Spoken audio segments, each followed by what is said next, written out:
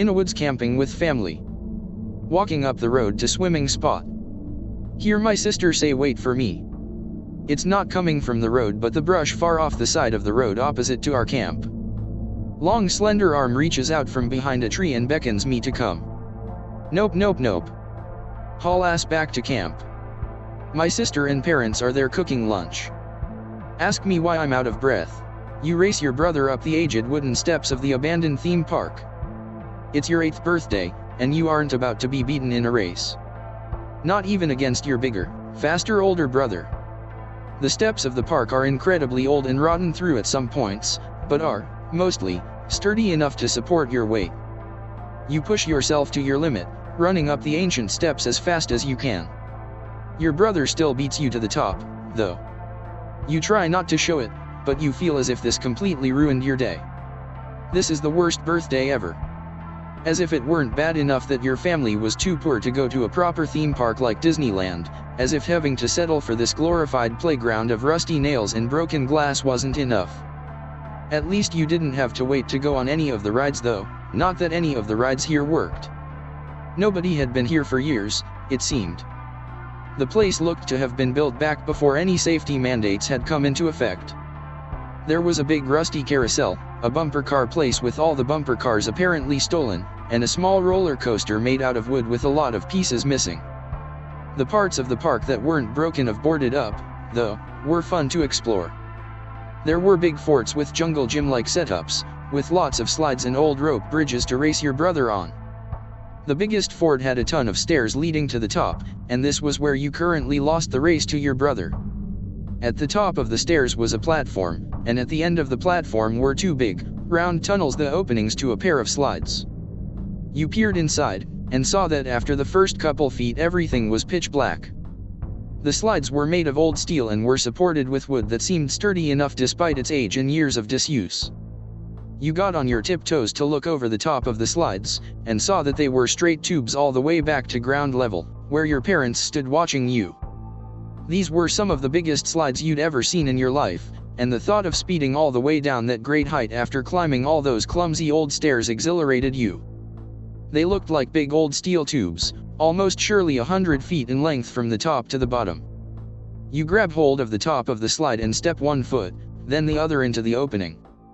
Your brother does the same and says that on the count of 3, you'll both let go. 1. You prepare to launch yourself with all your strength. 2. Your brother laughs and pushes down the slide before the count of 3. You shout at him and push with all your strength to catch up with him. After him beating you in the first race, there was no way you'd let him win this one. In half a second you're completely encased in the darkness. The heavy steel keeps any sunlight from penetrating through to the smooth tunnel. You're rapidly picking up speed, blindly racing down the impossibly dark tube. You make your body as straight as possible. The only sounds you hear come from the friction of your body against the smooth steel, of gravity attempting to tug you down to the center of the earth. By the time 2 seconds have passed, you figure you're about halfway down the slide and have reached full speed. You're almost certain you've won the race. The speeding bullet of your body crashes through the remnants of an ancient cobweb. It doesn't slow you down at all, and the majority of what remained was destroyed by your feet. The lingering pieces of the empty web, you feel on your face and in your hair. By the time you realize what it is and can reach your hands up to pull the mess off of your body, you crash into another web. And another. And another. The vague annoyance presented by the first web is greatly defeated by the intense panic you experience when you realize these other webs aren't empty. You flail about in the darkness, struggling to remove the very sticky and very alive webs now covering your face, all the while speeding down further into the blackness, all the while crashing through more and more webs. You involuntarily suck in great amounts of stringy web through your nose as you continue your descent down the slide. You stick out all 4 limbs into the sides of the slide, the sheer shock of the moment dumbing your wits with the hope that if you can stop moving you'll be able to remove yourself from this predicament. Your attempts are in vain, and you rapidly continue down the slide, collecting more and more spiders on your hands, face, and legs. You can feel the creatures you have disturbed everywhere on your body, their shock at the present situation probably almost as great as yours. The spiders begin to do what nature dictates they must do when they feel their home and lives are at stake. They bite you, ceaselessly. In the 3 seconds since you've entered this seemingly endless tunnel filled with spiders, you've collected many dozens of spider bites on your cheeks, in your ears, on the backs of your arms, on your feet, and on your stomach where your shirt has written up. You can't see a thing in the darkness, but your eyes are clenched shut anyway out of pain, fear, and the primal instinct to keep the egregious trauma being inflicted on your body away from your sensitive eyes. Your writhing body feels it must have spent an eternity in this place as it hurtles through more nests of furious arachnids towards the exit, towards light and open space and your parents who love you and will save you. 4 seconds after you enter the opening of the slide, your body comes to a sudden, painful stop. You try to get up and out of the slide, but find you're still enclosed on 3 sides by hard metal. You open your eyes in confusion and terror to find blackness and then the sensation of angry, long-legged spiders attacking the insides of your eyelids. You're at the bottom of the slide, but you're not outside. You kick and thrash and fight the unseen creatures around you, desperate for a way out, realizing suddenly that somewhere before the actual exit of the slide someone must have blocked the way out with something heavy and immovable. The webs are thickest here, the great nests present anywhere you place your hands. Your screams are silenced almost instantly by a great deluge of segmented legs and fangs. With nowhere else to go, you desperately try to climb back up the great steel tube from which you came. The thousands of agitated spiders make it difficult for you to make any progress, however, and before you manage to make a yard back up the slide you come falling back down to the bottom. You are going to be here a while. It's been 49 hours since my light went dead and left Maine in the dark. The 14 dots from my wristwatch can show nothing in this total vacuum of light. Nothing but count down the time to my ending. I busted the crystal so I could feel the hands. Gingerly running my finger lightly over the face. There is nothing but waiting. Every now and then I see a small dot of light, the random wayward photon activating my retina, or a stray particle passing through the earth, nothing more. Just a split second of false hope followed by nothing but black. The darkness must be getting to me as I feel my mind slipping away from me. The only thing that keeps me partially sane is the torrent of sound made by water running beside me. It reminds me of a fan running in the quiet bright of outside night. The darkest room is as the surface of the sun compared to this place. To think I came here for fun. The lack of luminance is wreaking havoc on my mind. It swirls and spins in a vertigo of 3 days drunk. The walls spinning like the eye of a tornado if only I could see them. I vomit the water and lay down against the cool rock praying to every invisible deity for mercy. I retch and vomit again. Groaning against the earth, I think about killing myself and laugh when I realize I can't see to make it painless. The spinning slows to an out-of-control teacup ride and I drink some more water. The irony of being trapped here next to liquid life has not escaped me. 3 weeks. That is the figure I read once, that the average human can survive without food if they had a steady supply of water. Combined with the 6 power bars in my pack, I could cling to life for a month. Maybe a month and a half. 6 weeks of darkness, vertigo, vomiting, and water. The humorous part is it might be the best tasting water I have ever had. We found your son's body inside a small cave about 500 feet from the path, ma'am, the park ranger explained into the phone connected to the weeping woman. As near as we can tell, he was exploring a small cave when the ceiling caved in. He had some power bars and was next to a stream.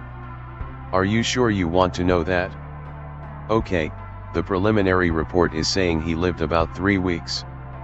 Death is listed as starvation in conjunction with exposure. No ma'am, he wouldn't have been able to dig himself out. There wouldn't have been any need to. Well ma'am, I mean your son was on the outside of the cave-in. Only about 10 feet inside the cave. Ma'am, I know you are distraught, but we must have not been around to heard him cry for help. Well. The coroner believes a stone fell and struck your son in the head, causing a minor subdural hematoma in the rear part of his head. No ma'am, he wasn't unconscious, it means that your son was rendered almost instantly blind. There are no fish in Mirror Lake. They all died and washed up on its shores. The people in town won't believe me, but I saw them flood the beach. Their bodies were rounded up and eaten by the creatures in the woods. The few bones that were left were buried in the sand, but no one will come see them. The fishermen lost interest in the lake long ago. No one comes to Mirror Lake anymore except for us lonely few who live on its edge. The others that live on its shore say that the fish are still alive. But I know the truth. There are no fish in Mirror Lake. There is no life in Mirror Lake. Every ounce of living flesh tried to escape, the fish and the toads, the bottom dwellers, and the reptilian, everything that once tried to survive in Mirror Lake has failed. Now all that stays is the cold dead plants and the rotting bodies of the deceased. If you speak to the others around the lake, they will tell you that the lake is filled with life. They say that the fish and toads are all around, that the bottom dwellers and reptilians are only hiding. But I know the truth. There is no life in Mirror Lake. There are no waves on Mirror Lake. Its water stays still through violent wind and pouring rain. A pebble can stir no ripples on its surface. A boulder would only sink calmly into its murky depths. The people believe that its surface moves, the others on its edge say it moves as much as ever. But I have watched the water, and I know the truth. There are no waves on Mirror Lake. There are no reflections on Mirror Lake. There is only the opaque pitch on its surface. Your image will not show on Mirror Lake if you look from above. The many trees and few houses are not displayed on its still water. The people in the town do not dare look at the murky water in Mirror Lake, and the others that live on its edge say that they see the reflections on its surface fine. But I have stared into Mirror Lake for hours, and I know the truth. There are no reflections on Mirror Lake. Mirror Lake is dead. Its water is deep and unmoving. Its life has all dried up. There is nothing left in Mirror Lake, but I still do not dare look out my window at it at night, for I might see something that stirs its water. I do not wish to see the thing that moves in Mirror Lake, because I know there are no fish in Mirror Lake. The hunters had not returned. The villagers were gathered in the inn, huddled around the fire for warmth as a blizzard howled outside. The council was in session. The villagers watched in awe as the mighty, the powerful, the wealthy went through their power plays and paces, deciding the fate of the denizens of the realm. Not just this small duchy, the realm. Small villages were the place of choice, as the yokels were easily cowed by threats and powers they did not understand. Civilization and education rarely reached such places, vital as they were to the empire. But this evening, their purpose in being in this place was dual in nature, as the hunt, if unsuccessful, could prove dire. Not just for the outcome, but the ill omen the common folk would take it as. A poor sign, a horrifying portent of things to come, at least in their minds. The hour drew later, and one by one the villagers began to disperse. They waved off the hunt as a failure, or they tried to claim they thought it was all superstition. There were 100 reasons, but for one reason or another, they slowly drifted away. The lights in their cabins slowly winked out, and only a handful of people were left in the inn. A number of women and children, desperate for their husbands and their fathers and their friends to come back. Because if nobody returned from this, there would be no food for the village. But more immediately, what would become of them? It was common knowledge that only a few women had ever exhibited the natural skill required to become a hunter. And even if they were to make it, what would become of their children while they were away, with the other mothers already overworked? No, this hunt had to be successful, else none here would see the end of the year. Nobody was entirely sure who started it, but a quiet humming was heard. It followed a simple, quiet rhythm, and was soothing. So it slowly began to gain steam, with the 20-some-odd people in the inn sobbing quietly as they carried it along. And then one of the women's voices broke out into a prayer. Please, gods, do not forsake us and our husbands this day. We need these men to return safely from their hunt, please. Return them to us, and let their hunt have been successful. The woman drifted into silence, occasionally uttering a pathetic please. The humming died down, and the women and children began to nod off to sleep in the comfort of their group. Just as the woman who had prayed began to nod off, she heard what sounded like a particularly queer coyote's howl, and sobbed as she imagined the creature eating her husband, before she fell into a dreamless sleep. With the sunrise came the shouts of a child. "They're back! They're back!" And everyone immediately jumped up to run and catch up with the score of men wandering into the village. They seemed tired, and many of them were injured or missing. But, more or less, the hunt appeared successful. They walked in two lines, balancing a large table of wood between their shoulders. A cloak was tossed over whatever they were bringing back with them. One woman ran up to her husband. "Is what you have brought so glorious that you cannot simply put it in your backpacks?" He shrugged her away with a terrified look and simply said 3 words. "Town hall. Meeting." And they continued walking in silence. When the meeting was finally called, they set the large slab inside of the town hall, where they waited for people to gather around. We were starving to death in the woods last night as it became dark. We had no idea which way was to home, and everything seemed to lead in a circle. Finally, at some point, this thing dropped on top of us, and managed to kill James and Matthew. He pushed on through the story, almost ignoring the cries that came from James' daughter. It mauled those of us that you see here before we managed to subdue it and get a knife through its heart. After that, we were able to find our way home. And he lifted the cloak covering the thing to reveal a figure that looked like it had been cremated. It was like this when we found it. The creature was at least as tall as a man and a half, and its skin was brittle and blackened. Its arms hung nearly to its feet, and had long, razor-sharp appendages that one could only assume was a finger. The legs were a good 4 feet on their own, and everything was impossibly thin, to the point where a child's arm was thicker than this creature's thigh. This creature's arms tore through us without mercy, without pause. And I have no illusions of this creature being the last. Every household should arm itself with as many weapons as you can get a hold of. It let out an ungodly scream when it died that pierced our ears. I think the others know where we are now. The rest of the meeting was pointless shouting back and forth about what this thing was and the ramifications of bringing it here. And then everyone went about their day as though nothing were wrong. Everyone pretended that the mayor wasn't digging a particularly deep grave for this creature with no eyes and the devil's grin. Was it grinning back in there? No matter. He buried the damned thing in an undisclosed location so that nobody could tamper with it. The day seemed to go by much more quickly than usual, and before any of the residents of the small town knew, it was dark and time to get ready for bed. One by one, the lights winked out.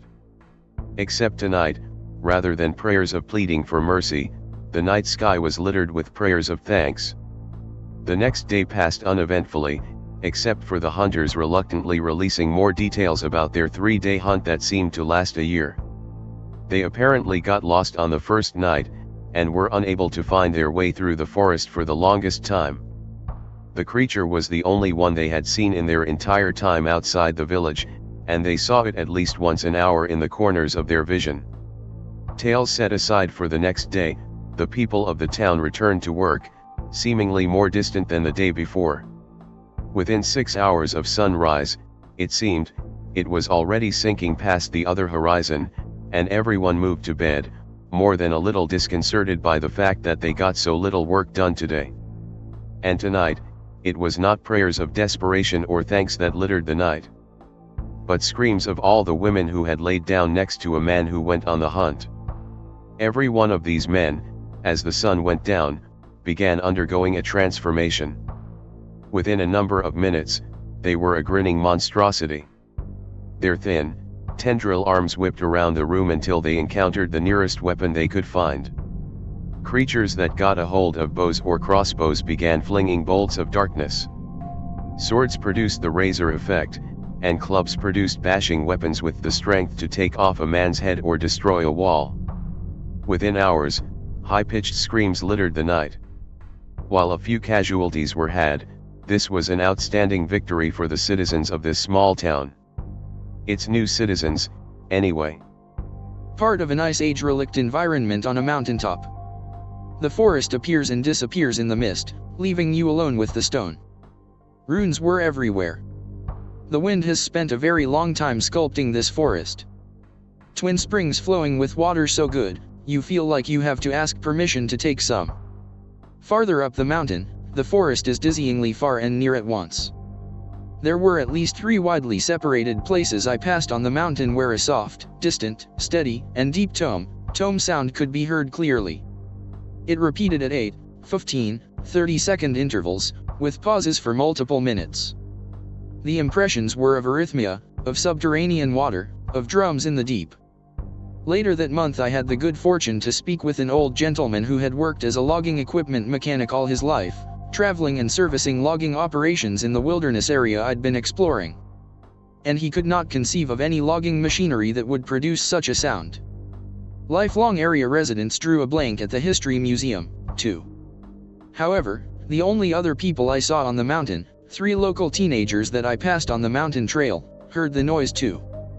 The second time we passed each other, I forced myself to look crazy by stopping and asking them if they could hear the noise. To my relief, I found that everyone could hear it. They too had been wondering about it, and could not explain it. They concurred with my general description of tome drums in the deep, a heartbeat. We compared notes for a few minutes then parted ways. I should add that the noise always seemed to be coming from the same geographic coordinates. Its apparent source, or what have you. However, it was not universally audible. The wind did not seem to be the deciding factor for audibility, as the wind's direction changed many times during lengthy observations at several places on the mountain and did not seem to affect whether or not the sound could be heard. Only the location of the observer seemed to matter. One spot was on a high promontory/point. Another was deep in a forested cleft. My best guesses are all thrown out since the same noise was audible on different sides of the mountain, miles away, and only in certain places. I still don't know what the noise was. If anyone has any ideas, that would be great. Logging machinery, although the area's only human use is logging, this explanation was debunked by an logging industry mechanic.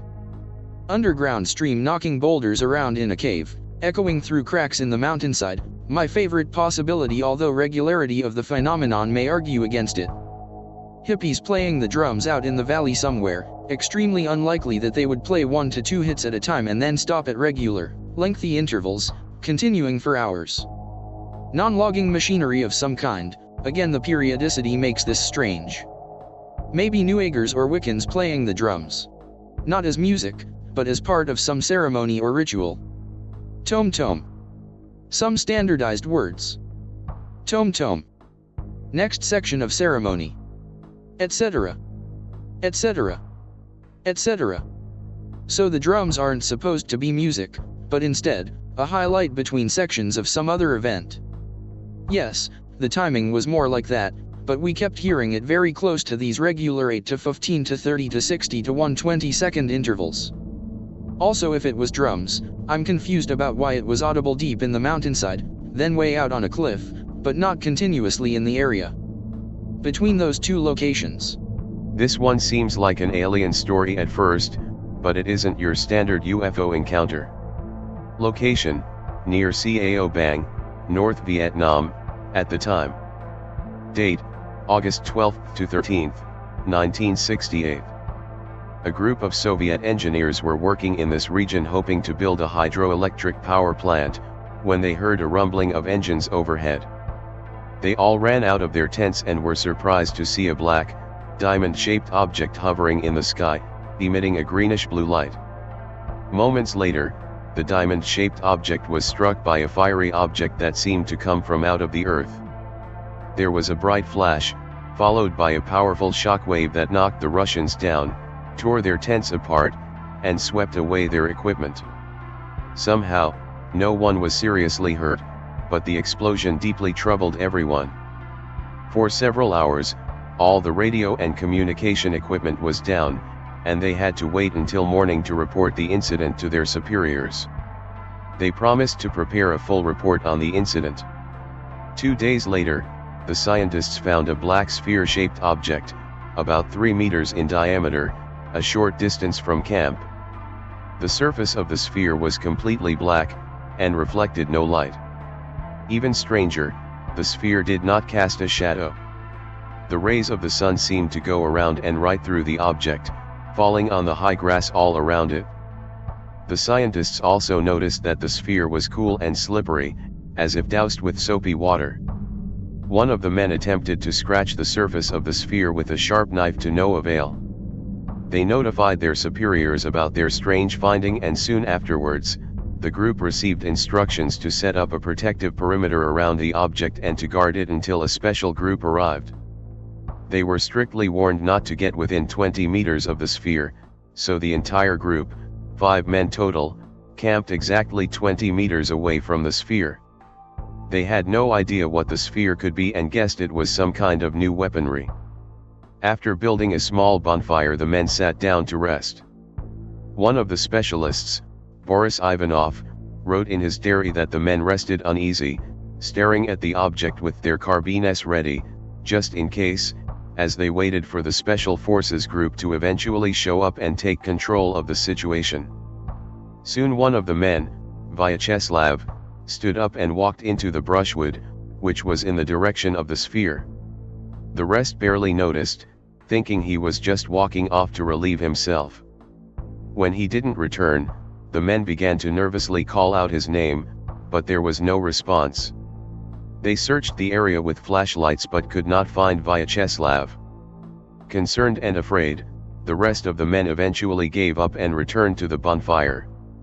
An hour later, another man named Peter silently rose and also walked into the brushwood, in exactly the same direction that Vyacheslav had taken. He seemed to move uncomfortably, rocking back and forth, as if very drowsy. A kind of anxiety suddenly enveloped the rest of the men and they remained sitting by the bonfire, unable or unwilling to intervene. Peter never returned. This time the remaining men did not search for Peter, but simply sat and waited. A feeling of doom filled the men. 2 hours later, Vladimir walked off in the direction of the sphere. It was obvious that he had no control. It was as if something were forcing him away from the bonfire. He also never came back. Now only 2 men remained, Boris and Sergei. Both were frozen with fear, refusing to move in the slightest from their positions. Suddenly, Sergei's face became distorted. He stood up like a marionette and meandered away into the dark, in the direction of the strange sphere. Moments later, Boris began to feel his body losing its terrified stiffness and beginning to move. Terrified, he grabbed his carbine and shot himself on the leg so that he wouldn't walk away to an uncertain fate. As a result of the pain, he passed out. This action possibly saved Boris. He woke up in the morning when the specialists arrived. They found him half conscious by the now extinguished fire. He had lost a lot of blood but was still alive. However, the sphere had disappeared along with his comrades. He was soon thereafter evacuated from the area. But the event left him convinced that the sphere had been responsible for the disappearance of his friends. Source: Solomon Nafford, Black Sphere in the Jungles of Vietnam, NLO, May 17, 2004, St. Petersburg, Russia. Okay, so someone wanted me to green text some creepy shit that happened to me last night at my house, but the thread 404D before I could post it, so here it is. Be me. 19 years old. Live with my parents in winter because they have a wood stove but are unable to chop wood or make fires. Have had weird experiences in the house around the forest and property. Footprints in snow suddenly disappearing. Children's laughter at night while I'm taking my dog out, forms in the dark, shit like that. Anyways, it's around midnight. Playing Bunny Black 2, don't you fucking dare judge me. Go into creepy basement to maintain fire. Stereotype creepy basement. Only half of the lights work, creepy dark rooms. Loud pipes to pump water out of house. Anyways, fire kind of died down since it had been a few hours since I last loaded it up. Need to chop some logs. It's midnight but my family are assholes, so I chop a few logs. At this point I start to feel like I'm being watched. I'm holding a 15-pound chopping maul. Not scared because I could take the head off of anything that came near me in a single stroke. We have a cat and 3 dogs in the house. Cat comes to check on all the noise I'm making. Instantly yowls, hairs standing up, and he fucking bolts for upstairs. I've seen that cat pick a fight with a pack of coyotes and walk away with barely any marks. I'm getting kind of scared. Then I start to hear noises. Mostly just rustling, but inaudible laughter is heard faintly. Now my hairs are standing up. I load up the wood stove as fast as I can. Lots of smoke because it was mostly medium strength coals in there. Don't care. Fill that fucker to the brim and turn the cooling fan to medium. Run upstairs as fast as I can. My dog and the cat are waiting for me at top of 2nd floor stairs. They hate each other's guts. They are literally on top of one another. As I'm turning off the lights to the basement, I see a smallish form crawl from underneath the stairs. My first reaction is to stare. My second reaction is to throw the splitting maul at it. I decide not to and fucking bolt to my room. If ever I missed from throwing the maul at it, I wanted a weapon, so that's why I decided not to. I lock my door. I can hear the fucking thing coming up the basement stairs and exit through the front door. I check my window and I see it running across our lawn towards the highway and the swamp on the other side of the street. I didn't sleep well yesterday. Still managed to fall asleep around 3 a.m. Lights on, of course. Here's the creepiest shit. Woke up this morning. My bedside lamp was off. Many things wrong with that. 1. Light was off, door was locked, could not have turned it off in sleep. 2. The switch was jammed with the button facing away from me between the wall and my dresser. I had to move the dresser to get it unstuck. 3. It was wrapped in a blanket that I kept on my floor for my dog. Anyone know what the fuck happened last night at what the fuck that thing was? This is a true story, from a friend who served in the army not too many years ago. During a training rotation, his unit was sent to Washington State for an exercise. Trained for recon, this soldier and his unit of 6 were sent out into a thick forest one night to scout a simulated enemy position. As the 6 men worked their way through the forest, they began to feel a sense of dread building. Soon the hairs began to stand on the backs of their necks and their hands trembled uncontrollably. It was at this point that they felt something stalking them through the forest. When the unit stopped to listen, they would hear the sound of something large moving through the brush come to a halt and go still. When they moved out, they would hear the sounds of movement begin again as something large kept pace with them. The soldiers tried to shake their shadow, to no avail. They had no ammunition, so they dare not set a trap for their hidden stalker. And while they increasingly reached their wits' end, they could clearly see the branches being pushed as something spied on them from as little as 20 feet away. Soon enough the group abandoned their mission and beat an immediate retreat to their base camp, the stalker following behind closely until it faded away close to home. The 6 men went to their commander and told their story. What scared the men the most was the sudden fear in the officer's face. The next night the unit was sent out again to complete their mission. But this time each man had been issued live rounds for their weapons. And yes, this is a true story. Living in house close to woods. Going to get some pre-chopped wood for the fireplace. Cat comes with me. Cat acts like it's being watched, kinda creepy. Cat goes off into woods. Moment later hear high screech or something, freaks me out. Nope, back to house, cat is nowhere to be seen. Couple of hours later see cat walking across my yard, but something is wrong. It walks in a twitching way, just as it is not accustomed to its own body. Hear scraping at door. Hear kind of wheezy meowing, does not really sound like cat. Meowing eventually becomes identical to cat's meowing. Let cat in. Catch a glimpse of cat's front legs, they seem to be bruised and has some kind of wound on them. Tactically smell the cat. Smells like blood/copper/ozone, especially the wounds. Shit bruh, it's the Goatman.jpg. K/ has prepared me for this. Casually talk to cat about previous events. It acts like it does not know anything or doesn't remember. Seems to not remember where its litter is since it just dropped a dookie on the floor. It's also throwing up all around, trying to mimic cat behavior. Continue talking to it as to not raise suspicion while lighting a smoke and start smoking like mad. The ash is kinda white, collect it in hand. It still does walk in a twitchy way. Doing cat stuff like try chasing its toys. Same meows all the time. It learns quickly. Still not accustomed to especially front legs. Act like I have to get something from other room. Dip tips of .22s in the ash in my hand. Into 1022 it goes.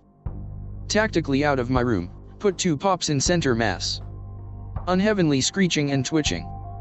1 pop in head. It just lies there. Nope. Betamax out to my car. Drive fast as fuck into local ghetto. Score 1 kilogram of heroin, drive back. Dissolve drugs in marinade syringe while in car. Tactically my way back into the house. It still just lies there. Maybe the ash did the trick. Avi. Rather safe than sorry, shoot that fucker up with drugs. No reaction, just lies there. Figure it must be dead by now, throw it out into woods. 2 months later it is no longer there, where did it go? Never saw my cat again after that, I reckon it was consumed by the skinwalker/Goatman. Still happy to get out alive though, I am the slayer of the Goatman. I apologize for coming in with something unrelated, but on the subject of wild spirits, is anyone familiar with a spirit that has the body of a man and the head of a deer? A stag, specifically. I posted last year about a night terror I had with one looming over me, and during the hurricane last year another family member had an eerie similar experience. And for the first time since I was 8, I had sleep paralysis the other night.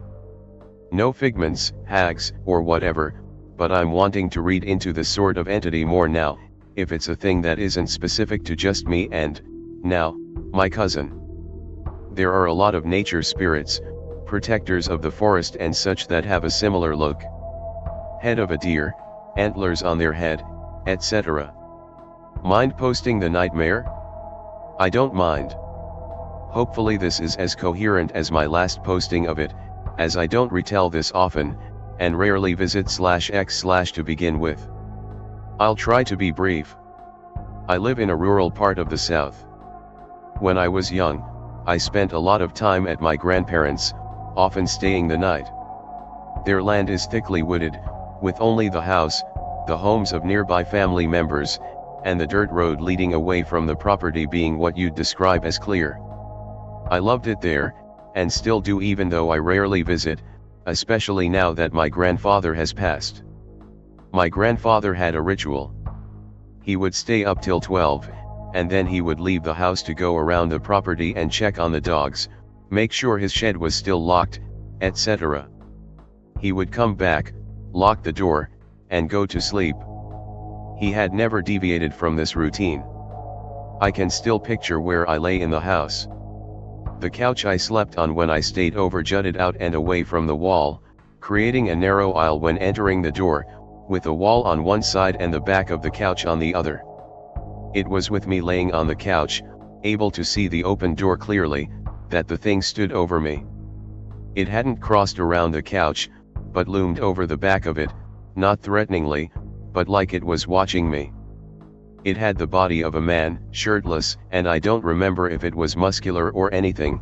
I was 8 or 9 at the time, and I didn't really think in those terms, but thinking back on it, I do want to say that it was probably what you'd describe as toned.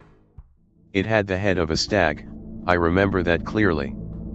I can't tell you what kind of rack it had, just that it definitely had antlers, and I'm wondering now how it even fit through the doorway, to be honest. I was definitely afraid, I can't say that I wasn't. I don't think it was threatening. I never mentioned the incident to my grandparents, I didn't want to think about it, but not for the reason you might think. I was 8, so it wasn't like I was worried they'd think I was crazy. Rather, I remember being confused. To this day, I don't like thinking about what I felt then, but it was essentially like I was questioning myself and what I was. I had a big disconnect with being human. I specifically recall wondering if I had dreamt my life, and when I'd wake up. It was a strange experience, and a fleeting one, because I had pretty much forgotten about the confusion for years. Cue the hurricane last year. I hadn't been to my grandparents to stay for a while. By then, my grandfather had passed, but, traditionally, when a hurricane happens, the whole family gets together, extended and otherwise, at my grandparents'. So that's what we did. I want to stress that I hadn't even thought about my experience. It wasn't until my cousin woke up screaming, with the door wide open, that I began to recall what I had experienced. Mind you, I'm not saying I subconsciously blocked them either, I had just forgotten them. An Anon/X/ asked me back when I first gave my experience to get in touch with her, and I did, but she was pretty tight-lipped about what she saw. Only that someone had come in. Nothing really worth pressing her on. But lately, I've been having some pretty terrible sleep, waking up in the middle of the night, sometimes with sleep paralysis. It hadn't been a full-blown night terror yet, but still. Thing is, I live right next door to my grandparents now. Hence the curiosity, and that nagging voice in the back of my head wanting to make connections. Anyways, some background, my great-grandmother was Native. My family's never been particularly into Native culture though. Nobody is going to confuse me for being Native, although I've got a pretty good natural tan going on, same as my brother. For the most part, the look hasn't really sprung up after my maternal grandmother and her twin. I've done some minor looking into what I might have seen, if it wasn't just a hallucination, and I've seen similar spirits mentioned, but never really named. That's my story, nothing amazing or anything, but the experience has me curious. This wasn't as brief as I thought it'd be. Anyways, if anyone has any leads, I'd appreciate them. Also, this is literally the only thing I've ever experienced in my life. No ghosts, aliens, or cisgendered yetis, although plenty of family members have had stories to tell about their experiences. Alright, liquored up enough. Here we fucking go. 1991. Was about 10 years old. Poor as dirt and lived out on a farm. By poor as dirt I mean we literally had nothing. No TV, no cameras, and besides a radio, nothing. We lived in a really rural area in the northernmost part of Wisconsin. No neighbors for more than a few miles. At home alone because my mom and dad needed to go into town to get some supplies. Listening to some shit I can't remember when someone bangs on the door. Strange, since we normally don't get people out here. Go to the door. There's a fucking crack in the door. Motherfucker hit it so hard there was a crack in it. Peeked through the crack to ask him what was going on. He was naked and covered in blood. Pick related. Ask him what the fuck he was doing on our doorstep. I got in a car accident. Can you let me in to call someone to pick me up? The dude's tone was flat, kinda like how a computer sounds when it speaks. Tell him to get the fuck out before I go all mafia on his ass. He smiles and says that I won't regret it if I let him in. Get freaked the fuck out and run upstairs to get my dad's shotgun. Was a small kid back then, so it was heavy to hold and almost knocked me flat when I first shot it. Motherfucker was reaching through the crack to try and get in. Shoot his ass. I knew I hit him, because he pulled the fuck back and started running. Looked out of the crack and got ready to shoot him again when I see him running into the woods. On 4 fucking legs. Not how a person walks/crawls on 4 legs, this dude was like a fucking bear or something by how he ran, too scared to shoot him again. Parents come home to me crying in the corner with the gun next to me. Dad freaks the fuck out when I tell him what happened. He said he can have some of the ice cream he got for me while he went out and tried to look for the dude. Came back the next day and immediately called my uncle who lived in Milwaukee to come and pick me up. The night before my uncle picked me up, I was doing my chores and checking on the cows. The same dude was in the barn, eating one of the stillborn calves. Go back to the house and tell my dad that some guy was helping himself to a burger in our barn. Goes out there with the gun and threatens to skin the dude if he comes back. The guy just laughs and walks off into the woods. Never came back. Aw shit, I love telling this story. Working in far northern Alberta. Area where it's literally a huge ass forest and only signs of civilization is oil/gas wells and plants. It's all muskeg in the forest area. Muskeg is scary just by itself. It's literally soft ground from decaying stuff in the forest that has grass growing on top. It can be immensely deep water/rotting plants and animals, but thick enough for grass to grow and some small trees to even take root. It's Alberta's quicksand. Moose are known to venture into it and get stuck and drown. In areas like this, some of the wells can only be visited by most vehicles in winter. Some are even more remote and can only be accessed by helicopter even in winter. I picked up a pretty sweet job on one of the helicopter runs doing maintenance for 2 years.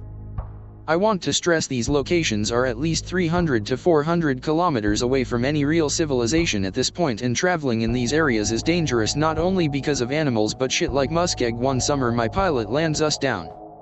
As we land, a guy exits the little shack set up on site. He looks pretty normal. Little tattered and rough, but looks like a normal human. Fairly straight cut, short black hair. Bit of a 5 o'clock shadow. Iron Maiden t-shirt that is way too large. Regular blue jeans. He's going towards the tree line. Yell out to him something like, "Hey, what are you doing here? We can help you get home." He keeps going.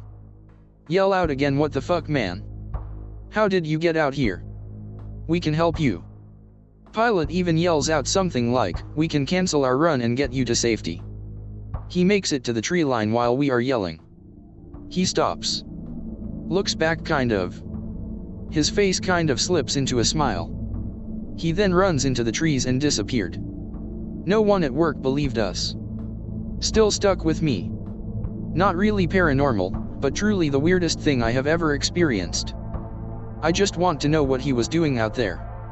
Everything in the shack was normal. Definitely, bro. I'll green text it for ease of reading. Be out hiking with 2 mates. In an area southeast of Adelaide. Sun starts going down, so we come back up the gorge. Walking along when it starts smelling like blood or copper, something like that. Halfway up here, something moving in the bush. Shit, there's 3 of them. One to the left of the track, one to the right, and one behind us. Standing dead still, not making a noise. From the bottom of the gorge, hear this ungodly scream. It sounded like a woman screaming for help, but in reverse. The 3 things start to move closer. We all nope the fuck out of there. Sprinting up the gorge. Jesus fuck, why is this thing so steep? Smoker friend starts lagging behind, cause fucking lungs. He's screaming at us, "Wait guys, fuck, wait, come back. Fuck." I slow down to his pace so he doesn't get jumped. These things are right behind us but still hidden in the scrub. They are making noises like a dog trying to speak human. Oh shit, there's the car, run. As we get to the car, I turn around and see this pale ass man-sized thing slink back into the scrub. Hear what sounds exactly like my friend in the scrub. "Wait guys, come back." It screams again. We nope the fuck out of there. Nobody believes me but my sister. It was terrifying. It happened a little under 6 months ago. Haven't gone back since. I am shocked I have never seen this mentioned on /x/ or really at all online, but there are ruins in Montana that are really out of place. The area was guarded by the US military / black trucks claiming that the site is a missile site, but in reality the locals all know what is there. I will green text my experience the one time we went hiking and didn't encounter any G-men. Be 14 years old, living in Billings, grandparents live in Yock, Montana. One summer during the second Bush administration, my parents sent me up to Yock to spend some weeks with my grandparents and cousins. The first few days, it's rough going on my grandparents' farm, dealing with basically living off the grid, no Game Boy, and no Xbox. My cousins were older and treated me fine, but the chores midsummer made me exhausted and stressed. One day my cousins asked me if I wanted to go four-wheeling with them and my grandpa. I agreed and we head off in 2 trucks with the ATVs in the trailer, headed northwest. I forget how long we traveled, but we eventually arrived to the trailhead. My 3 cousins and Grandpa all had ATVs. I had to ride bitch with my cousin Simon. Grandpa told us assertively to stay on the trails as there were grizzlies in the area foraging, but they tend to stay away from the trails due to the noise. We set out, the 4 of us with Grandpa at the lead. I remember how beautiful everything was heading down the trails. After a few hours we stopped at a small lake and had lunch, laughing and joking. In the distance we could see Garver Mountain. Grandpa told us about the secret military base hidden in the mountain. As a kid I thought of games like Halo, full of super soldiers fighting aliens. Cousins were enamored by the idea. Grandpa warned them of the black helicopters and vans that arrested people getting too close. My cousins agreed to not head in that direction, but I knew they were lying. We packed up and set off to head back to trucks, Grandpa again in the lead. About an hour into the drive I realize my cousins aren't following Grandpa and heading towards the mountain. I yelled to Simon asking him if this was a good idea. He reassured me it would be great.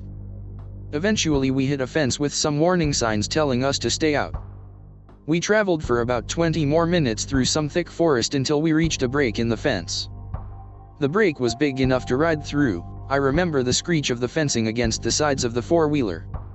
We traveled down valley for a bit as a river ran near the mountain. Eventually we see columns next to trees, old ones that kinda looked Egyptian, diagram enclosed, 500 hours in Photoshop. We stopped and got on foot looking around, realizing we passed a large ruined building.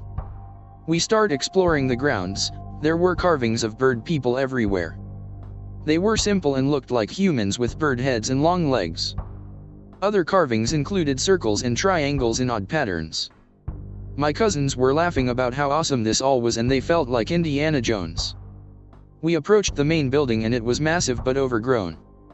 There were old boxes everywhere with army stuff stamped all on the outside, and rusted generators and equipment in the center. I was nervous. I wanted to leave, but my cousins continued on into the main building. More bird people carvings everywhere, and a massive stone pillar in the center. At that point, we hear a helicopter echoing through the valley. My cousins joke that it's the men in black and we should run.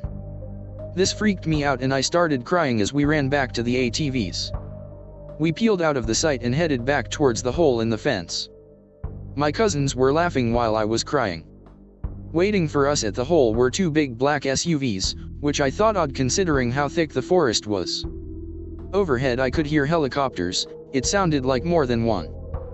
The guys waiting had guns drawn and were wearing normal clothes, like the operator guy from the /K/memes.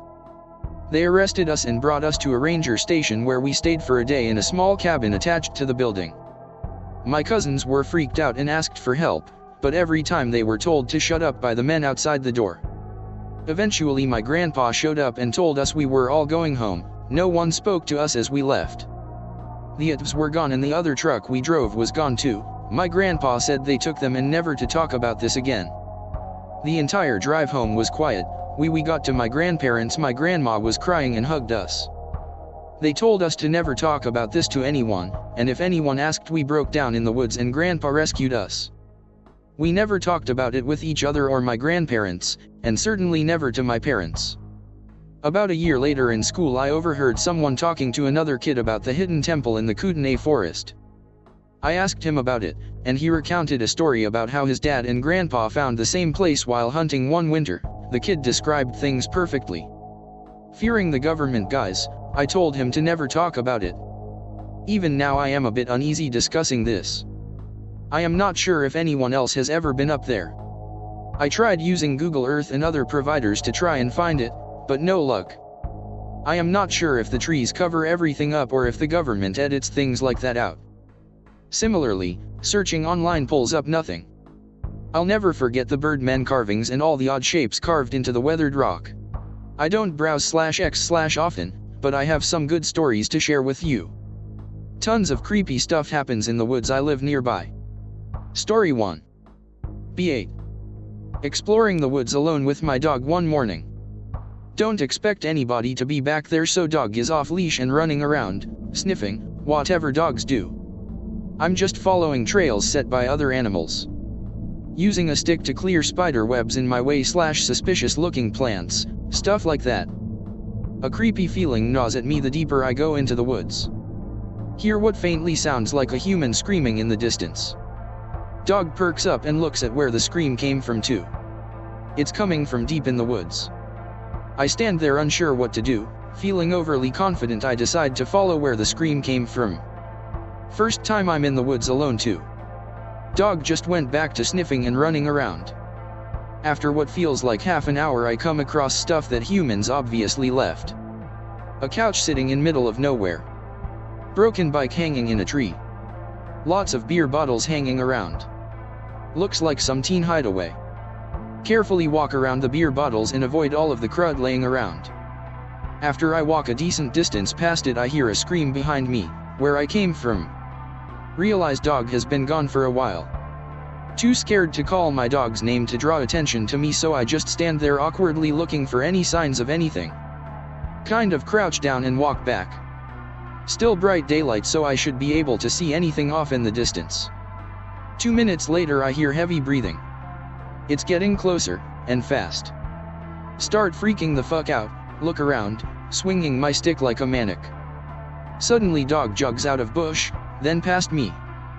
Bloodly murder, thought some madman was about to kill me.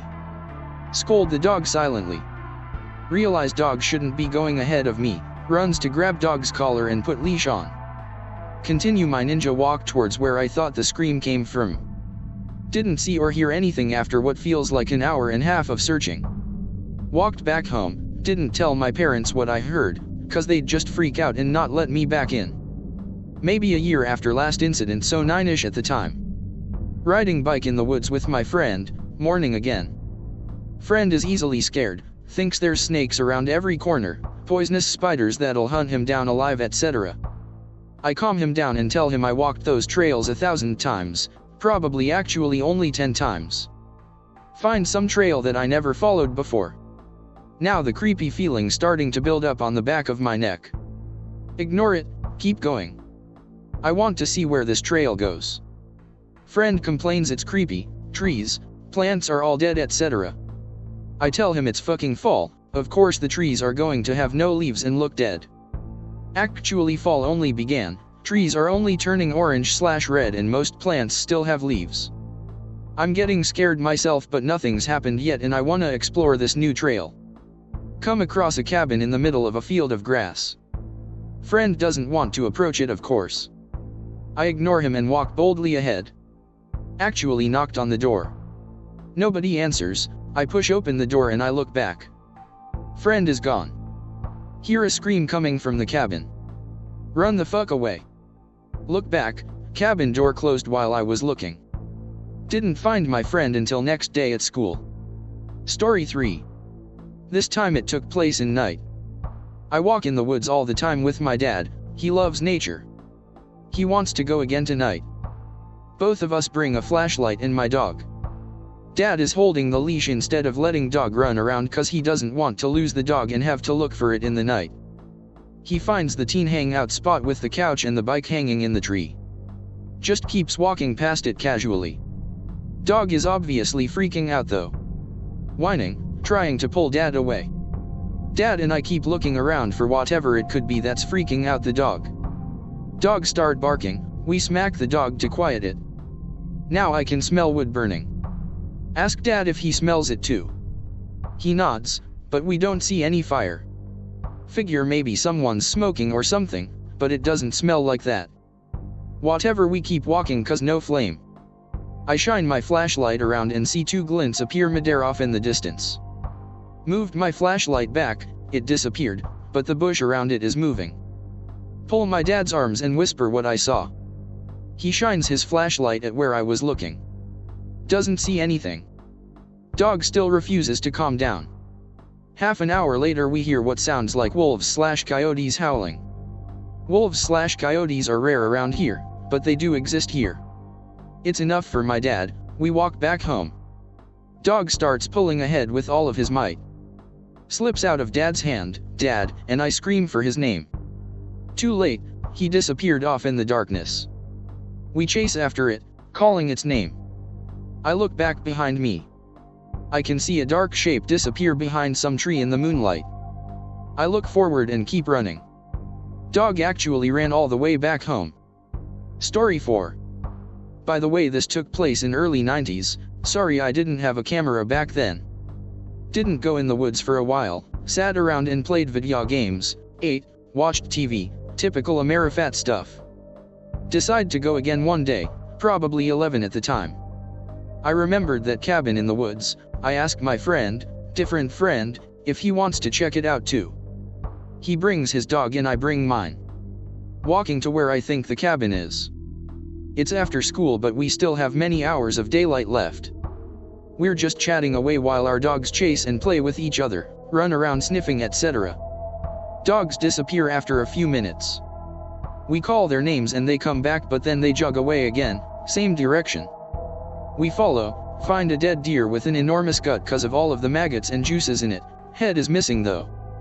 Poke it with stick, typical stuff kids do when they encounter death. Ignore and keep walking. Half an hour later we find another dead one. Again the head is missing.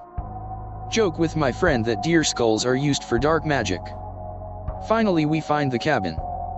We're staying off in the distance, but in clearing and in clear view of cabin, debating if we should go check it out or not. After a few minutes see a window curtain move and a shape looking back at us. Friend sees it too. Definitely has a hairy as fuck mask, actually looks like deer's head. I didn't make the connection until a year later, we were stupid as fuck then, on or something, doesn't look fully human. We stand there not knowing what to do. Figure in cabin moves the curtain back and disappears. 2 minutes later another curtain opens, this time it's upstairs. Same figure, it stares at us. We're getting nervous about what it's planning on doing but we're too curious to leave. So we just stand there looking at each other for what feels like 10 minutes. Curtain closes and figure disappears again. Now we're getting scared, wondering what it'll do next. We walk back in the woods and hide behind trees while watching the cabin. The cabin door opens. Same figure, with hairy mask. Steps out on the pouch, looking for us. Starts walking towards us. Oh shit we Usain Bolt for it back home. Later friend tells us we gotta go back there again. I refuse to go back there without my dad. Story 5. It's a monthish later. We go back with friend's dad and my dad, so 4 of us. We left the dogs back home because we didn't want them to get hurt. Both dads bought a gun. We lead them to the cabin, midday. Dad outright walks up to it, fuck everything else. Knocks on the door, nobody answers so dad starts to body slam the door. It opens, we all go in and search the whole cabin, nobody's there. Finds alcohol, food, gas, all necessities in cabin. Dad debates burning down the cabin cause nobody should be running around terrorizing little kids. Decides against it only because ultimately we're little kids, he can't take our words that seriously.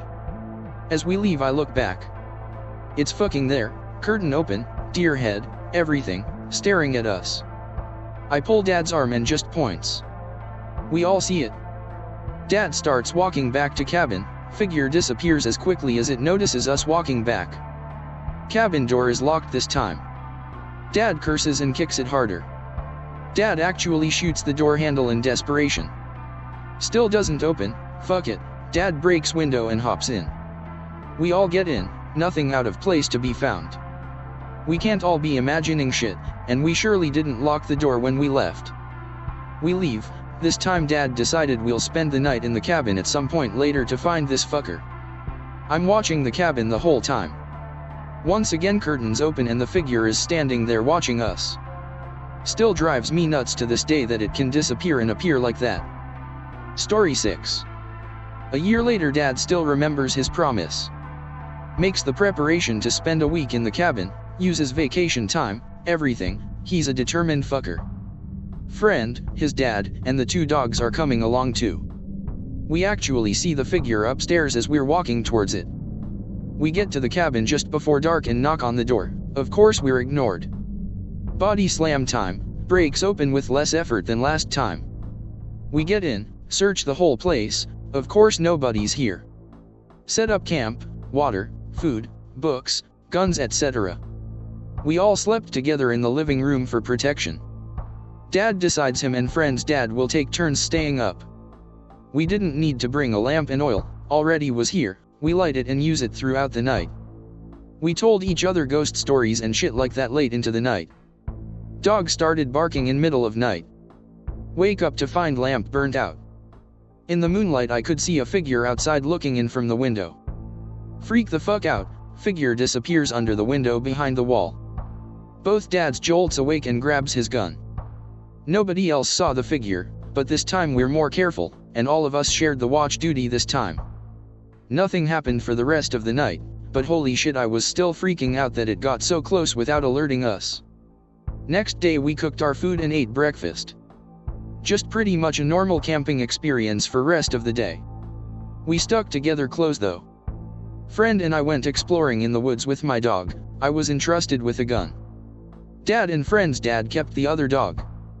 In the hindsight it was a stupid idea to let us back in the woods like that. If you fear for your child's safety so much that you have to give him a gun, just don't let him go. So we're walking around following trails, just having fun. Dog is kept on the leash though, because in the back of the minds we are both terrified.